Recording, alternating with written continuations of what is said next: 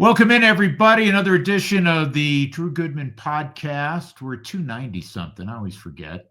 I think I'll remember when we get to 300, or at least Marky or Alex will let me know.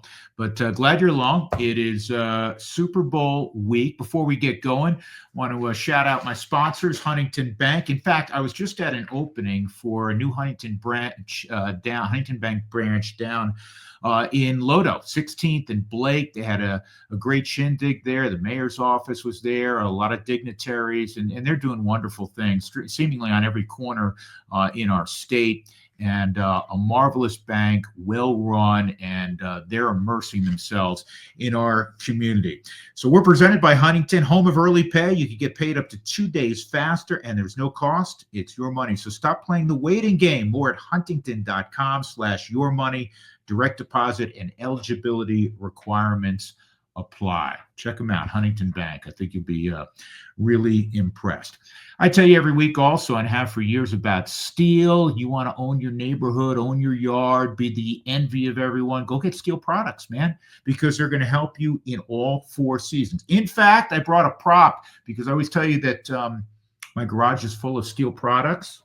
Here's one that's got 4 seasons of use. This is my handy blower, and this is light. It's battery operated. It's big. It's powerful. I use it to blow out the snow in the entry area and in tough to reach nooks and that sort of thing. It's great in the fall with leaves. Summer can help with the cleanup of grass clippings, that sort of thing. So they have so many great products. Steel, STIHL. Go to steelusa.com to see their plethora of wonderful products that will make your yard the envy of your neighbors. Steeldealers.com, more than 10,000 dealers around the country. You can order it and go pick it up, whatever you want at your local Steel dealers. STIHL. Okay. You know, it's Super Bowl week. That's right. The NFC will be represented by the Philadelphia Eagles, and the AFC will be represented by Patrick Mahomes and the Kansas City Chiefs. I thought I would inform you of that. Yet the biggest story in sports leading up to the Super Bowl is not emanating from New Orleans. And before I tell you what that big story is, I'm reminded of a Super Bowl story in New Orleans. You know, back in the 90s, more often than not, I would go to the Super Bowl, usually covering it in some capacity. And on one occasion, I was down in New Orleans, and I believe, if memory serves me correctly, it was the Broncos taking on the Washington Redskins. Broncos fans, I think, want to forget that. But I'm going to remind them just for a moment, if you'll indulge me. I'm there with one of my best friends, a high school football teammate, Matt Cacciato, who for years was working on the executive side in the television business. So we're down in New Orleans, and it was the Mercedes Dome, or whatever the heck they call it now. It's just Superdome. And, we settle into our seats. And I think if memory serves me correctly, that was a Super Bowl where Elway almost immediately hit Ricky Nattiel on a 9 route, and it's Broncos 7-0. And then the second quarter happened. Doug Williams threw for like 6,000 yards and 47 touchdowns, and it was all Washington. I think they scored 35 points in that second quarter. The thing I remember about it is at halftime, this is Super Bowl. The halftime, my buddy Matty says, "Goody, let's get the bleep out of here. Let's go down to Bourbon Street, start drinking." I'm like, dude, it's the Super Bowl. I know it's a blowout now, but we can't leave the Super Bowl early. I mean, it's not a preseason encounter. It's not, week 5 and it turned into a blowout and let's go somewhere else. I mean, it's a Super Bowl. We're obligated to stay, aren't we? I mean, it was all I could do to keep my buddy from dragging me down to Bourbon Street. We did eventually get there. All right, so the biggest news in sports this week, as I said, did not emanate from New Orleans, which one would assume with the Super Bowl coming up. It emanated from Dallas and LA. Leading up to the trade deadline, Luka Doncic, 5-time All-Star, who was a great player as a teenager when he first arrived in the NBA, goes to Los Angeles, and Anthony Davis, the particulars, goes to Dallas. And this was a shocker. This was one of the biggest trades of all time. Now, from the Lakers' perspective, you can understand it. I mean, Anthony Davis, terrific player. LeBron is 40, and though seemingly ageless, at some point in time, in the not too distant future, he hasn't even committed to next year, even though he's under contract, he's going to depart. And Tinseltown is all about stars, going back to Jerry West and Elgin Baylor, and of course, Kareem Abdul-Jabbar, and then Magic Johnson, and on and on. You know, they've been about stars in every sport. And so they have their next star in Luka Doncic. Of course, Dallas fans are up in arms. Doncic, along with Kyrie Irving, led Dallas to the NBA Finals last year. They were dismissed, as you know, by Boston, but they were on the cusp of winning it all, and this kid is 25 years of age. Why would they make that deal? You know why LA would make it. We talked about that. The other thing that was peculiar is Dallas doesn't shop him anywhere else. So, not to break down who got the better of it, but somewhere internally with Dallas, something was awry. And one of the things that is most frequently mentioned in the aftermath of this, and really prior, was about conditioning.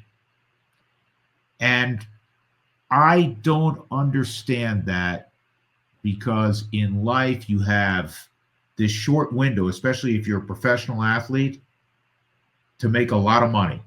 Control the controllables. And one thing you can control is your conditioning. Take care of your body. So when you have these athletes occasionally that are not in the best shape they can be in, have not trained and eaten properly to maximize their ability, I never understand it. And for me, the draft is coming up in the NFL, obviously, in April. And then we'll talk about a draft in the summer in baseball. And we talk about it in basketball. Well, especially when you're talking about a high pick, you want to look at everything in that person's background. And it would be a huge red flag to me if I'm like, this person, it looks a little soft. Great talent. That's what we're talking about him being a high pick, but it's a little bit soft. What's it going to be like when he's really making a lot of money? What does it tell you about his commitment? And I know that not every athlete is body beautiful. There's some great pictures. I'm not going to pick on this guy. He's a big, strong guy, but CC Sabathia is going into Cooperstown, and well, he should. He was never body beautiful. So sometimes in baseball, some pitchers fall into that. But by and large, I think you get my point. You control that. Be in the absolute best shape you can be in. Luka Doncic is already, without question, one of the 3 to 5 best players in the world, and he's only 25. And he's been among the 3 to 5 best players in the world since he's basically a late teenager. How much better could he be, if he said, you know what, I need to be more committed to my conditioning, and that will hopefully mitigate some of these soft tissue injuries, because we all know it gets harder, not easier, as you age and there's more mileage on an athlete's body. So that was my biggest takeaway. And somewhere internally with Dallas, I would think that had to be one of the main reasons they said, nope, we're going to trade Luka for Anthony Davis right now. We'll see how it all plays out. But that stole the news, this Super Bowl, which is, pretty interesting. Real quick hockey note. We'll talk more hockey coming up. I watch the Avs virtually every game they play. I am impressed with Marty Netchis. He has great speed. He's able to carry the puck into the zone offensively like McKinnon and few others can. He weaves through traffic. Avs lost yesterday to Vancouver on the road. Despite dominating, especially that first period, they hit, I think, 3 posts in the first period. I think they're going to be okay. You'd like them to gain more depth on the blue line. But again, my early returns, I keep talking about Netchus. I think he can take his game playing with 29 to the next level, and he could be a big star. He's a star, but I think he could be a big star, and it'll be fun to watch that unfold. All right, it is Super Bowl week. Kansas City, Patrick Mahomes. I'm not going to do a whole breakdown. Not my thing. I hope for an entertaining game. Being a New York Giant fan for so long, I'm happy for Saquon Barkley. Read so many articles about Saquon from the time he was with the Giants and more recent stuff. This guy, he's just, he's a great human, and he's freakishly talented. So, I hope he does well. From a Chiefs standpoint, I know here in Bronco country, everyone loves to hate the Chiefs, and I understand that. I think the Chiefs are good for football, just like the Patriots were good for football. There's got to be a team that's a cut above that you shoot for, that it means a little bit more when you can knock them off. And so I got no issue. As I said last week, no issue with the Chiefs. And they're supremely entertaining. At the end of the day, if your team's not in it, and there's only 2 of 32 teams that are in it, which means that the fans of football in 30 other cities are disappointed their team's not involved, but they're going to watch the Super Bowl because that's what we do as Americans, right? You want an entertaining game. And I've not watched many Kansas City Chiefs games with number 15 that I haven't been entertained. I would expect the same. And if Philly wants to run the ball, I think they ran the ball this year well over 700 times, threw it a little over 500 times. So they're not 50-50. They're, 60-40, whatever that math is, to running the ball, which means that, they're probably, want to shorten the game. Naturally keep the ball out of 15's hands, which would lend itself, unless there's a multitude of turnovers or special teams score, it's going to be low scoring or lower scoring. And how can you not favor the Chiefs in such an affair? What is it now, 17 straight? I mentioned it last week that they've won when it's a one-score ball game. 15 getting the ball late with a chance to win, or a chance to hold on to the football as we saw in the AFC Championship game and not allow the other team to get it. Last week, Buffalo and Josh Allen could never get their hands back on the football. So I like Kansas City to win the game. How's that for going out on a limb? One note before we get to Dave Sims. Altitude and Comcast Xfinity finally came to a deal. Took almost 6 years. I'm excited for the fans. I was fortunate. I'm a DirecTV guy, so I was continuing to get the games, the Avs and the Nuggets, through the years. This is great for fans. For the life of me, and this is the only thing I'll say about this, for the life of me, I do not understand how it became so protracted. I understand that this business has changed dramatically, especially from a regional sports network standpoint. They are not nearly as profitable because more than 40% of the country's cut the cord. We experienced it with the demise of AT&T Sportsnet. But I still, in this particular case, I'm thrilled that it's finally on and folks are going to be able to see two outstanding teams, the Nuggets and the Avalanche. I just don't understand why it took so long. And with that, we'll transition to baseball and a good friend, Dave Sims. I've been wanting to get Dave on since the news broke that he was leaving Seattle, the television booth in Seattle, and he was immensely popular there as one of the Mariners announcers. To go back to New York, and one of the great jobs, obviously, in this business, to be the radio voice of the historic New York Yankees. And Dave is a Philadelphia guy. So, by the way, we'll talk about that, who he's pulling for when it comes to the Super Bowl. But he has spent a large part of his professional life in New York. And it was an opportunity to go back to New York. In fact, in the off seasons, in the fall and the winter, he and his wife were back in Manhattan. As beautiful as Seattle is, during the rainy season, they were not there. They spent the summers there, obviously, in the springs, but they were back in New York. So it was a chance to go back home. This is a guy that wrote for the New York Daily News. This is a guy that did sports talk at WFAN and and other places. He's a guy that's done a ton of television and radio play-by-play, football, basketball, and obviously baseball. In fact, at one point, he was the Sunday night play-by-play guy in Sunday Night Football from the radio perspective. So he's had a long and distinguished career. He's a good man. He's a good man, and wanted to get him on and talk about his journey and some other topics as well. I think you'll find it interesting. So Dave Sims, who I'm so used to saying from the Seattle Mariners, but now Dave Sims, the man who's replacing John Sterling in the New York Yankees radio booth. Welcome in, everybody. Or let me start the podcast this way. Hey now, look who we've got.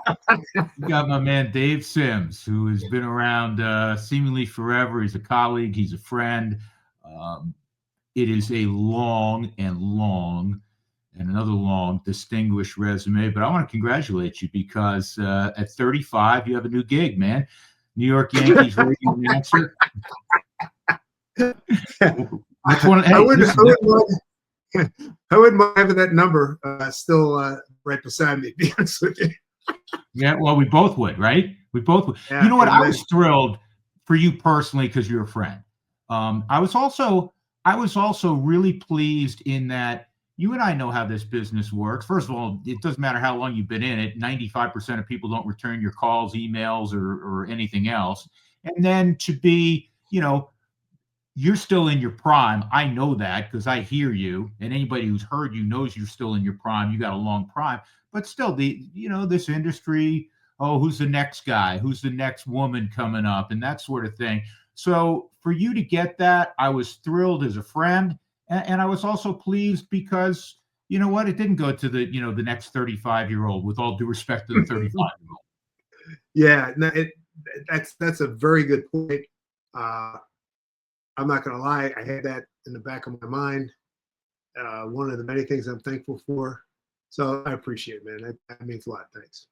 Yeah. And what was going through, your head? I mean, you had a great run in Seattle, 2007 forward, and, the Yankees job comes up. And clearly that is, as I said a moment ago, one of the iconic jobs in all of sports. Forget just baseball. Was that the appeal? I mean, you grew up in Philly, but you're more of a New York guy now. I know your off-season home has remained New York, and you're so attached to the Big East, and we'll get into that a little bit later. But was that the biggest appeal, Dave? Well, I mean, it's the Yankees. I mean, come on, we're talking about one of the top brands in the world, not just domestically, in the world. You go overseas, you see pictures and videos from people overseas, and they have maybe not being in navy blue, but you'll see that recognizable NY logo, and it's a cap that hey, it says America, it says New York. So yeah, it was easy. Come on, the tradition, 27 World Series, 41 pennants, legacy stuff all over the place, on the field, in the broadcast booth. Yeah, it was. I didn't have to think too hard about it. We all think this way, whether we're in our business or in the finance world or whatever your vocation is. When you reach out, you calculate in your mind, hey, do I have a legitimate shot? I think I have a good shot. I mean, when you first reached out, again, you have a lot of New York ties, but realistically, did you feel like, I think I really can, move the needle here, or it's going to be? Are you kidding? Hey, I didn't last this long in New York, going into a corner and covering up and going to the fetal position. I mean, I've been a sports writer. It sounds like the old Frank Sinatra. That's life. I mean, I've been a sports writer, a talk show host, an anchor, a play-by-play guy.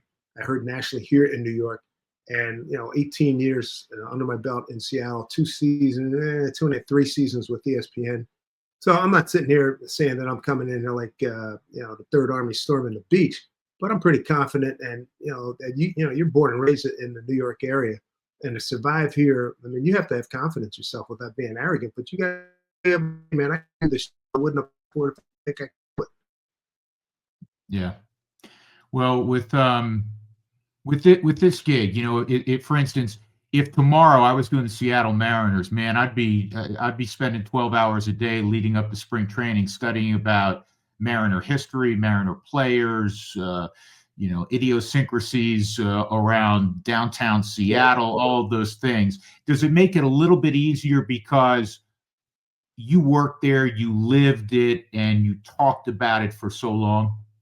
Yeah, yeah. I mean, I know the turf, and it's just a matter of, you know, the Yankees are a team I see twice a year, so it's usually 6, 7 games. So I've spoken to Judge and Garrett Cole a lot over the last couple of years because I mean, come on, they're lead dogs.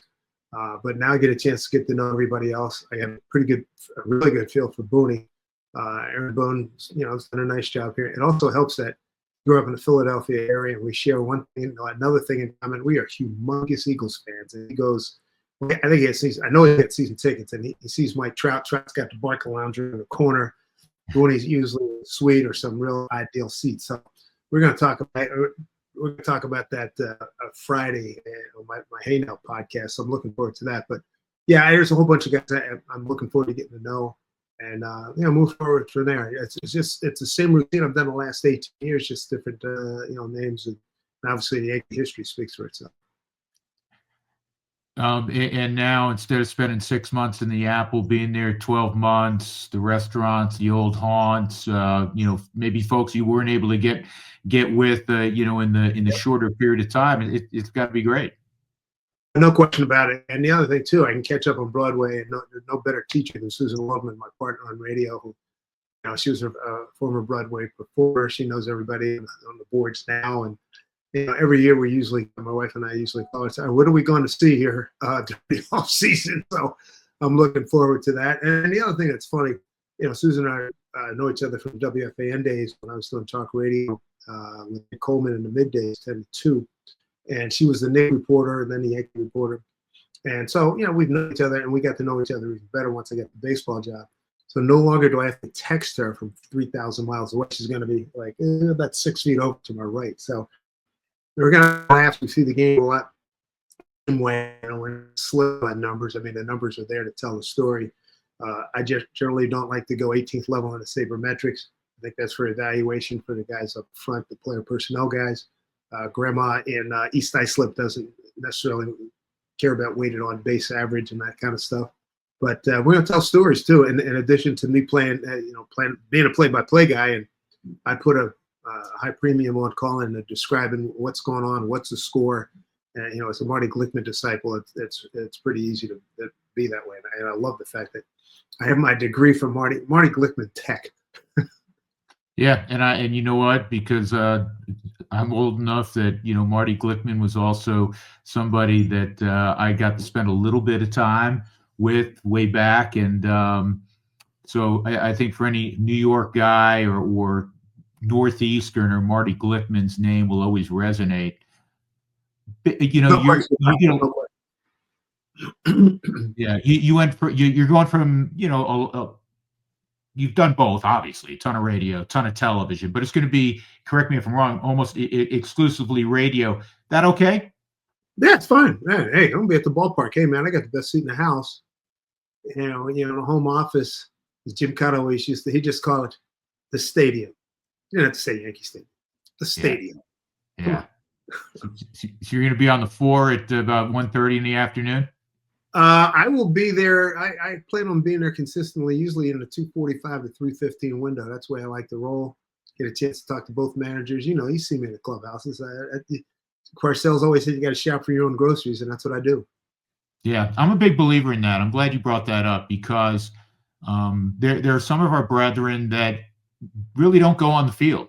And I always find that kind of when I leave for the ballpark, or from the hotel or from home, the haze in the barn, so to speak. We've done all the research in terms of all the data we look at, all the services that we subscribe to, all the things that are sent our way.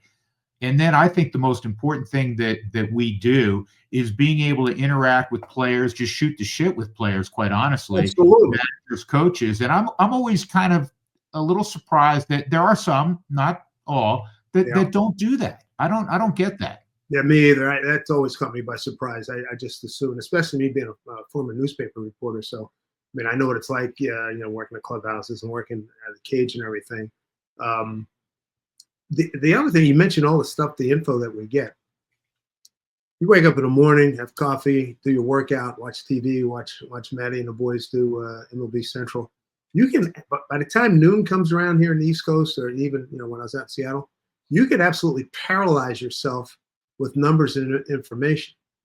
I've learned, to filter to the stuff that I'm looking for, that I need. If anything extraordinary comes up, and then it's as Mike Kruko taught me. He says, "Hey man, every day you go in the clubhouse, man, talk to as many guys as possible. A lot of guys hide, and I know Michael K was telling me this guys hide like crazy, but even you just go up to the guy, just basic human interaction. Hey, how are you? Hey, what you got for me today? What's going on?" It's amazing how that consistently works when you come up with something. Yeah. It's just amazing.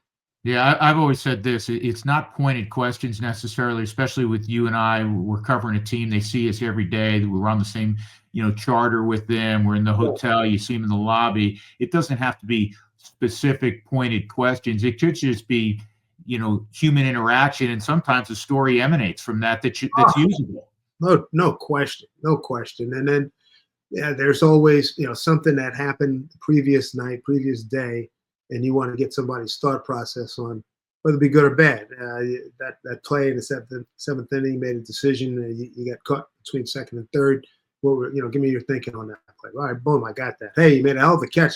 Did you think you had it? And that leads to stuff. Hey, have you ever made a catch like that before? When was the last time you did that? Yeah. There's so many things there, and you can weave them into the broadcast. And on radio, baseball is the best sport for radio because you got time. There's no pictures to worry about. And as the play-by-play guy, I mean, you're the captain. Whereas, as you know, on the TV side, it's a director, color commentator, vehicle for the most part. And I know when I worked over there, it was a setup, give captions basically. You don't have to, you can see it right there on the play. You can see it was a curveball. You can see it's a changeup. On radio, you got to really talk about that, describe it, and then work everything else in. Yeah, it's the essence of broadcasting. It really is. Dave, you've done a lot of things. I again, being a New Yorker, I think back to your Big East days, and in fact, correct me if I'm wrong, you were doing, in the 90s, you do more football, even into the 2000s, more football, basketball than baseball. Yeah, no question. And I know you've gotten this because I've gotten it, countless times. Hey, what's your favorite sport to do? So whichever one I'm doing, man. It's like asking which one of your kids do you love more. I mean, it's really, people find interest in asking that question, but it's pretty much unfair. But I roll with it. I mean, like you said, during the 90s, I was always looking for a baseball job. Excuse me. But I did, there was a time I was doing Big East football Saturday and then NFL on Sunday, Sunday afternoons, and then Sunday nights. So my week was spent doing boards and getting ready and looking at film and making phone calls. And hey, I loved it. And I still do Big East basketball. I just don't do the volume and nor do I have the time or energy to do the volume that I did before. But before the Mariner gig came along, I was on 50 basketball games a year, counting NCAA tournament, Big East tournament, Big East regular season. And there was a time I was doing 8-10 or straddling between the 8-10 and Big Ten. So I always stay busy. I'm not even Jamaican. I stay busy though. You know how, real quick, the way I always answer that is, for one game, it's always going to be football for me because football's a series of events and they have great importance, each one, even for a mediocre type of club. Oh, yeah. In baseball is ongoing and it lends itself to being anecdotal, which is a beautiful thing. So for a series, I want to do baseball, but for one event, I mean, and you've done some big time football games at the NFL level, at the college level. I've been fortunate at the college level as well. And, there's nothing better than when they run out of the tunnel. Yeah, it's pretty exciting. And I've been lucky. I've done games at Clemson, at Alabama, at Tennessee, at Miami. Some of the great Virginia Tech. Man, can that place rock? Pitt, when Pitt was really good, that was a lot of fun. And football is so explosive. And, one or two players can have such an incredible impact on a game. And it's fun, it's different, and it's explosively exciting. What did you enjoy the most about, for a number of years, doing Mike Krzyzewski's show on national radio? I'd be driving somewhere, I have no idea. I'd be in Des Moines, Iowa, heading to Ames or something, and I'd catch Simsy and Coach Krzyzewski doing the show, and I found it riveting. But Tell me what you enjoyed most about that. Well, Mike and I go way back when he was in Army and I was a reporter at the Daily News. That's where we first met. And then on occasion, I would get some of his games on ESPN. And I remember that what kicked it over the top was, I want to say 2005, 2004, something like that. And I had already been on a show with Jerry Tarkanian calling in the Shark Tank match. And then my wife and I were doing media coaching, and Mike said, "Oh yeah, heck yeah, come on down." And he liked the presentation. He had us down a couple of times. And at one point, his right-hand guy, John Jackson, said, "Hey, do you have any restrictions that would keep you from doing a national radio show on satellite radio with Coach K and, an interview show?" And I said, "Oh, let's do it." And, his cachet brought us everybody. I mean, LeBron, Kobe, Mrs. Barbara Bush. We had the Secretary of Education. I'm blanking on his name right now, but he was a hoop player at Harvard. Arnie Duncan. Yes, very good, very good. Arnie Duncan. He's a good basketball player.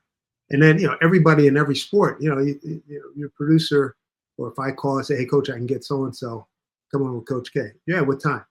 And one instance, I remember we had Mike Socia on, and right before, I guess, right as spring training was going. So 3 weeks later, I see Mike down in Zona. He says, "Yo, man, he sent me a handwritten thank you note for coming on the club, coming on your show. Who does that anymore? That is so cool. I'm saving it."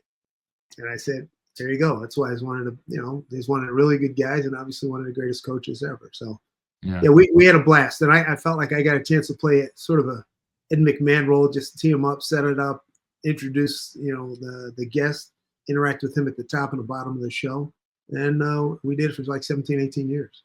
Yeah, it's interesting. I told this story at some point on the podcast.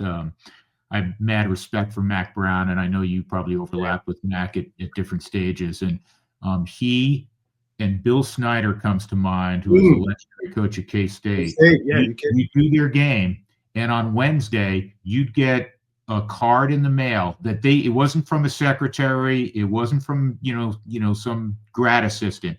It was a couple lines. "Really appreciate you. It was great to see you again. Thanks for what you do for college football, Mac." And that's huge. Yeah, it's huge. And you wonder why, or you don't have to wonder why guys like Mac Brown, Mike Krzyzewski, Bill Snyder, were successful. They didn't leave a stone unturned, and every detail was important. Well, their ability to interact with people and to relate to people is off the chart. That's why they're, as we like to say, at the top of the pyramid. I mean, it's a no-brainer. It really is. Yeah, I want to ask you about something, because you had something very unique in a baseball broadcaster's career occur in 2012. You called first of all, to do a perfect game, that doesn't happen for all of us. I've been a part of 2 calls of no hitters, and I'm year 24, going into 24 with the Rockies. Ubaldo in 2010, and then Clayton Kershaw against the Rockies, I think in 14 or 15. You had King Felix, and you also had a legendary name, right? Philip, what is it? Umber. Hey, he was legendary for that April 21st, 2012. Let me tell you. Right. Not 2 no-nos in the same season, 2 perfectos in that season. Not only what was that like, for lack of a better way of phrasing it, but also, do you subscribe, and I know the answer to this, do you subscribe to the announcer jinx? Screw the announcer jinx. If he's throwing a no-hitter, I'm there as a reporter, tell the story. And hey, 6th inning, he's got a perfect game. We're back with more right after this. I mean, come on. And Tim McCarver, I'll never forget this. What a good guy he was. But we're in Chicago, getting ready to play the White Sox. It's a Friday night, and Doug Fister had a no-no ended. Nick Markakis, a fastball right between the 5-hole to break it up in the 6th.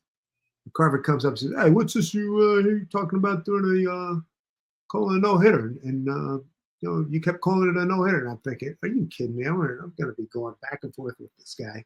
And I love the guy. I love his work. I said, "Dude, really?" He said, "No, I'm breaking your chops." He says, "I'm glad you did it." And he tells me a story about how he came home one time and turned on a ball game and went about unpacking his bags, comes back in the 9th inning, turns out there's a no-no. And he didn't know. So you got to tell people what's going on. I believe, hey, Bring more people to the tent, man. And here's the other thing, and I've had so many discussions about this. If you carry a no-no into the fifth inning, it is all over the internet. So what? You're going to blame me because, and there's people I still hear from, oh, you can announcers jinx. Hey, if it's going to happen, it's going to happen. I had nothing to do, if that were the case, you know how many rings I would have on my fingers if that announcer power was such that what I say was going to produce victories and whatnot? Come on. I think all of us have said that at one time or another, and I find it so anti-intellectual. And if I had the power to move the needle somewhere, it's not going to be whether some guy gets 27 outs without a marker going up against him. It's going to be in some other area of the world that's going to have a greater impact. And it friggin' pisses me off when people say that, because what if, especially on radio, I mean, and part of the great thing, I love that you said East Islip earlier. I was born on the island, grew up in Westchester, as you know, and to go somewhere new, but already know the surroundings is one of the great things about Dave Sims now taking over the Yankees radio job. But as I say that, somebody's jumping in their car in East Islip, and 30 people out of their car in New Rochelle, and somebody getting in their car up in Fishkill, New York, and they're like, "What the hell's going on with my team?" They want to know. Yeah. Absolutely. Right. I always say it's not fourth grade and you're covering up your sheet so nobody cheats. You got that arm. I'm right-handed, so I'd have that big left hand covering so nobody can look at it and see what the hell you're doing. That's not what it's all about. Yeah, no, there's no question about it. Where do you see baseball right now, Dave? The Dodgers have stolen all the headlines really since capturing the World Series. And it seems to be the number one topic. Is it good for baseball? How do you see it, and how do you see it going forward? Well, they do because they can, and they've done an unbelievable job of deferring money, et cetera, et cetera. And this has been a have and have not game for a long time. It's just, I think the chasm, the delta, if you will, has gotten a lot bigger given what the Dodgers have done. Are the players going to stand for some kind of salary cap? That ain't going to happen, So I think we could be looking at some kind of shutdown in a couple when this CBA runs out. It runs out after 26, I believe. And it does. We could be in for a lot of trouble. That's going to be a battle. As a matter of fact, what's funny today? I'm working out. I'm walking on a treadmill, and I see this thing online. They had Yamamoto's kid throwing out. I guess it was the first pitch. And he threw a breaking ball, and the kid looked like he was 12 years old, but the ball had all kinds of movement to it. And I said, oh, my God. And the joke was they just signed him for a $600 billion contract, but it's all deferred. It's all good. Yeah, there's a lot of ways you can look at the Dodger thing. They have to – I don't know if you can ever push through a cap. I look at the Dodger thing overall, and I look at baseball overall. I don't know if necessarily a cap. First of all, I don't see it happening. Maybe more punitive penalties for going over a certain threshold. You have to bring the floor up. I do know this much, because baseball is what it is. Only 2 of the last 15 teams that captured a world championship were actually the highest payroll team, 3 in the last 25 years. And that's something the players are going to strut out from a union standpoint. No doubt about it. And let me tell you something. And you saw our ball club, the pitching we had in Seattle last year. At that numerous, too many to even try to name guys saying, hey, man, we don't want to face you guys in playoffs. Not with that pitch. No way. So, and Mariners are certainly not one of the top payroll teams. So, to your point, it's all about, as you know, it's about getting to the dance, and anything happens after that. Okay. Yeah. I'll let you fly on this thought. I remember when the greatest to ever do this, and probably 200 years from now, the greatest to ever do this, was in his later years, and that's Vin, of course. Mm-hmm. Oh, please. Well, His Eminence, come on. Yeah. And I always tell people this, and I'm sure, when people come up to you and go, hey, what's Scully like? And you go, listen, he's the greatest there ever been, but he's an even finer gentleman. And that is true, right? Absolutely. No doubt. He was a mensch. He was a mensch. I remember something happened, and I was talking to Ken Levine. You probably know Ken. And I said, I learned something from Scully. And he says, well, why don't you call him? So I did. I called him. I said, Mr. Scully, Vin, please call me Vin. And I just want to thank you for being you, and you've influenced me and so many others. And that's very nice of you, Dave. And I know we've met before. Where are you from? And I said, I'm from Philadelphia. He says, we had a young man from Philadelphia. I said, yeah, Mr. Campanella grew up 15 minutes from me in Philadelphia. And then we talked for a while. He was great, and I'll never forget. Probably was 2017. It might have been, in that area. It was an anniversary. It was Jackie Robinson Day. We were in LA, and I had set it up the day before. Can we do something with you? Talk about Mr. Robinson. Pre-game show en route. And I thought to Dave Sims. I said, I'm sitting with His Eminence Vin Scully. It's Jackie Robinson Day. Floor is yours. Give us a Jackie Robinson story. He told us a great story about ice skating, racing with him. And it was just a blast, and it was a thrill to be a part of it. It was absolutely. He said Jack had never ice skated, but he told Scully, "But I can beat you," and he did. You know what? He was, well, both. Obviously, Jackie Robinson. That's a whole different conversation. But Vin Scully was different, and he'd do the games himself. And I would tell people this, Dave. On the jumbotron. 5-10 minutes before first pitch, he'd welcome everybody to Dodger Stadium and he'd do a game preview. The Rockies are in town tonight, and they're playing good baseball over the last couple of weeks. They've won 10 of their last 12. The Dodgers also playing equally as well, and they'll send Clayton Kershaw to the mound tonight. He'd go for like 2 minutes, and as you know, Dave, we're in the next booth. They would shoot that at 6:15 or whatever time, right? He did it flawlessly, one take, when he was 88 years old. That's it. 2015, anniversary of the Twins winning the American League pennant. Up on their board, we're there, and they showed highlights of the World Series. Talked to the PR guy after. That was great. You got Scully to do it. He says, yeah. He says, we wrote a script, and we said, Mr. Scully, could you do this for you? Oh, yeah. I said, here's the script. He said, script? Son, I called that World Series. Just played a video. One take, boom. It's amazing. Man was so fast. And your colleague, Jack Corrigan, said the first time, and I've never seen so many guys, so many grown men go total fanboy. Big bad announcers in the major leagues. Yeah, we've made it to the, And Jack said he was like his knees were knocking. And Mr. Scully says, hello, my Jesuit brother.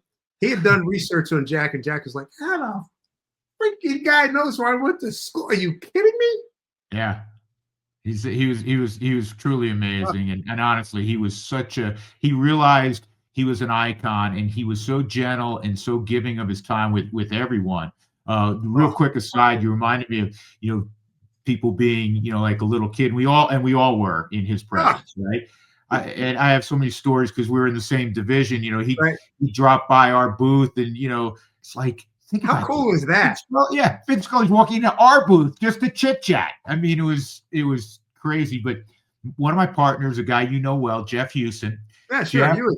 Yeah, Huey said the most nervous he's been, and he played 12 years in the big leagues.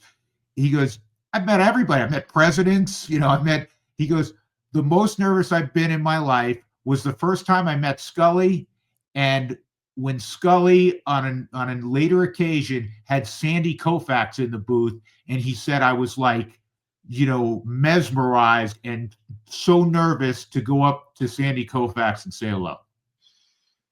Of all the baseball heroes that I grew up with, and I met as a sports writer, met as a broadcaster, not met Sandy Koufax. And I matter of fact, I talked to Jane Levy, who did the great, bio on. I said, please, if you can reach out to 32, tell them that the Yankees will be in town last week in May. I'm dying to get a picture. As you can see on my shoulder, I got a picture with Drysdale. That was the Yankee Old Timers Day in 1980. I got a lot of pictures, some autographs. I'm more of a picture guy. But I would love to get a picture of Koufax. He's one of my all-time heroes. Yeah. I will share this with you. I'm not a huge, I wish I was better about it, a memorabilia guy. All these pictures behind me are my boys playing at, in college and high school at very, very little league. Nice. But one of the jerseys that I have, and honestly, I don't have many. I really Yeah, I don't. don't do that either. Yeah.